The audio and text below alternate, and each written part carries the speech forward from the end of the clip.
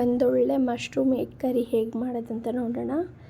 Instead of ಯಾವಾಗೂ ನಾವು ಮೊಟ್ಟೆ ಕರಿ ಮಾಡ್ಕೊತೀವಿ ಅಥವಾ ಮೊಟ್ಟೆ ಸಾಂಬಾರು ಮಾಡ್ಕೊತೀವಿ ಅಲ್ಲ, ಅದ್ರ ಜೊತೆಗೆ ಮಶ್ರೂಮ್ ಹಾಕಿದ್ರೆ ಹೇಗಿರೋದಂತ ತುಂಬ ಚೆನ್ನಾಗಿ ಬಂದಿತ್ತು. ಜಸ್ಟ್ ಒಂದು ಸಲ ಟ್ರೈ ಮಾಡಿ ಹೇಗೆ ಬಂತು ಅಂತ ಹೇಳಿ, ಓಕೆನಾ.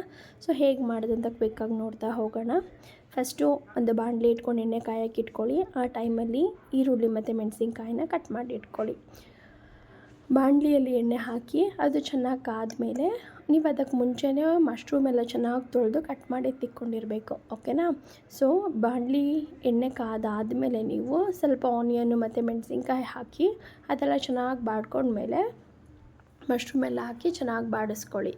ಮಶ್ರೂಮ್ ಒಂದು 50% ಬೇಯೋಷ್ಟು ಬೇಯ್ಕೊಳ್ಳಿ. ಸೊ ಲಿಡ್ಡೆಲ್ಲ ಇಟ್ಟು 2 to 3 minutes ಒಂದ್ಸಲ ಬಾಡಿಸ್ಕೊಳ್ಳಿ. ಅದು ನೀರೆಲ್ಲ ಬಿಟ್ಕೊಂಡು ಚೆನ್ನಾಗಿ ಬೇಯ್ಕೊಳ್ಳುತ್ತೆ, ನೀರೆಲ್ಲ ಹಾಕಬೇಕಂತ ಏನಿಲ್ಲ. ಸೊ ಈ ಥರ ಚೆನ್ನಾಗಿ ಕುಕ್ ಆದಮೇಲೆ ಮಸಾಲೆ ರೆಡಿ ಮಾಡ್ಕೊಬೇಕಲ್ವ ನೀವು.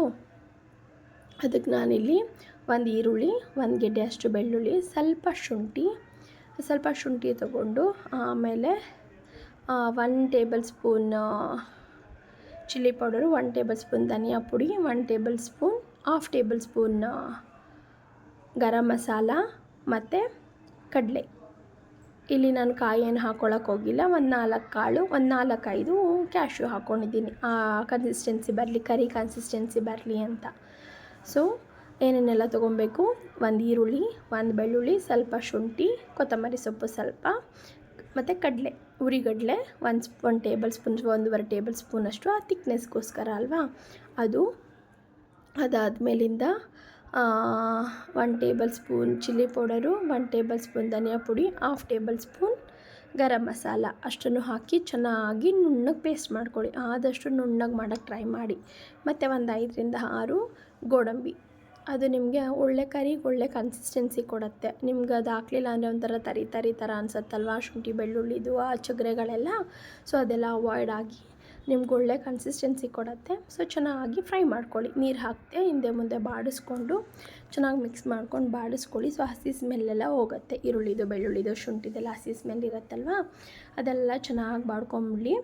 ಆಮೇಲೆ ನಿಮ್ಗೆ ಎಷ್ಟು ನೀರು ಬೇಕು ಅಷ್ಟು ಕನ್ಸಿಸ್ಟೆನ್ಸಿ ರೆಡಿ ಮಾಡ್ಕೊಂಡು, ಇವಾಗ ಜಾರಲ್ಲಿ ಹೆಂಗೂ ಇನ್ನೂ ಮಸಾಲೆ ಮಿಕ್ಕಿದೆಯಲ್ವ, ಅದಕ್ಕೆ ಸ್ವಲ್ಪ ನೀರು ಸೇರಿಸ್ಕೊಂಡು ಇದಕ್ಕೆ ಹಾಕಿ ಕನ್ಸಿಸ್ಟೆನ್ಸಿ ಎಷ್ಟು ಬೇಕಷ್ಟು ತೆಳುಗೆ ಮಾಡಿಕೊಂಡು, ಅಥವಾ ಎಷ್ಟು ಗಟ್ಟಿ ಬೇಕು ಅಷ್ಟಕ್ಕೆ ಇಟ್ಕೊಂಡು ಲಿಡ್ ಹಾಕಿ ಚೆನ್ನಾಗಿ ಕುದಿಸ್ಕೊಬೇಕು. ಸಾಂಬಾರು ಚೆನ್ನಾಗಿ ಕುದಿಯಬೇಕು. Sambar complete almost 80 to 90% sambar ಇಲ್ಲೇ ಆಗಿಬಿಡ್ಬೇಕು. ಆ ಟೈಮಲ್ಲೇ ನಮ್ಮ ಮಶ್ರೂಮ್ ಕೂಡ ಬೇಯ್ಕೊಳ್ಳುತ್ತೆ.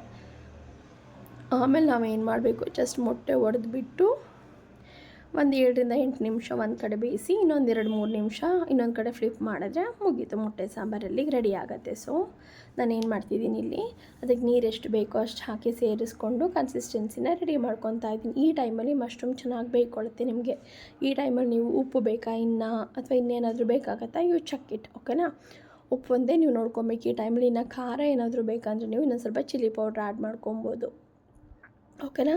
ಇದನ್ನು ಹಾಕಿ ಕನ್ಸಿಸ್ಟೆನ್ಸಿ ಸರಿ ಮಾಡಿಕೊಂಡು ಚೆನ್ನಾಗಿ ಮುಚ್ಚಿಟ್ಕೊಂಡು, ಚೆನ್ನಾಗಿ ಆದಮೇಲೆ ಅಲ್ಲಿ ಎಣ್ಣೆ ಬಿಟ್ಟಿದೆ ಅಲ್ವಾ, ಆ ಟೈಮಲ್ಲಿ ನೀವು ಮೊಟ್ಟೆ ಒಡೆದು ಬಿಟ್ಕೊಬೇಕು.